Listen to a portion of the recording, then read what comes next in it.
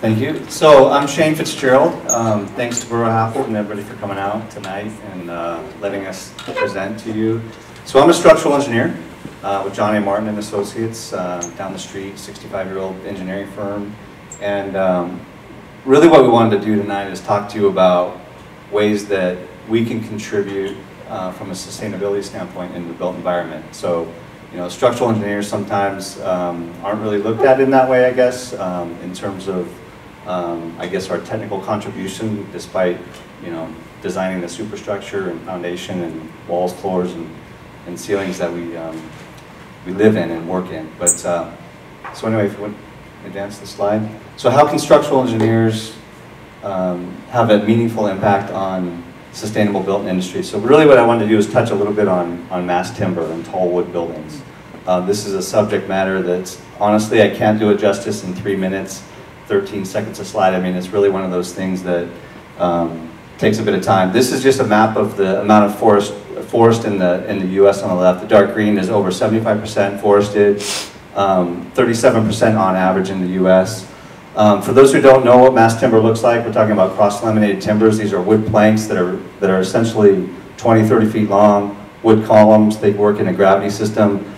There's a whole entire conversation about net CO2 emissions and comparing it to other building materials and the advantage that resides. This is a building, museum tower up the street. We did this in the 80s out of concrete. We wanted to reimagine this in a white paper format, what it would look like in a mass timber environment. So we've done that with timber brace frames, mass timber planks for gravity system, support system, and we have a whole paper on this. And again, if you want to talk about it, grab me after and we'd be happy to share a little more. I can't do it in 13 seconds.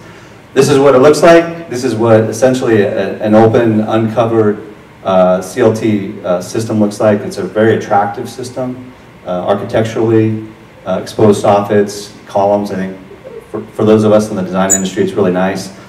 This is coming into the codes. It's 2 cycles away from being in the code, where it's going to be allowed up to 18 stories, 12 and 9, depending on your fire rating and exposure, and building size and height. I mean, there's restrictions here. It's used in a gravity system. It's being tested right now in multiple ways. Seismic is one of them, one of which is fire. This is a mock-up of a apartment condo unit.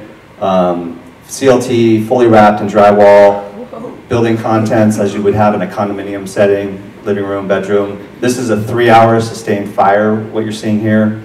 The intensity is, it's basically mocking up how we would live in our homes. And this is really what you get in the aftermath of that 3-hour fire. And what it's showing is that the contents are gone, but there was literally no damage to the covered structure, the columns, beams, and wall panels. So again, there's tons of research being done. I'd love to share more with you. These are 2 case studies. This is being done, you know, widely in Europe and Canada now. 2 18-story buildings, one in Canada, in Vancouver, one in Norway. And we're really working to get mass timber and CLT into the codes so that we can look at how we can apply it in our local environment. So that's kind of the question mark. A lot of work to be done, super interested, and I think it's really going to be something that you see in the next couple of code cycles.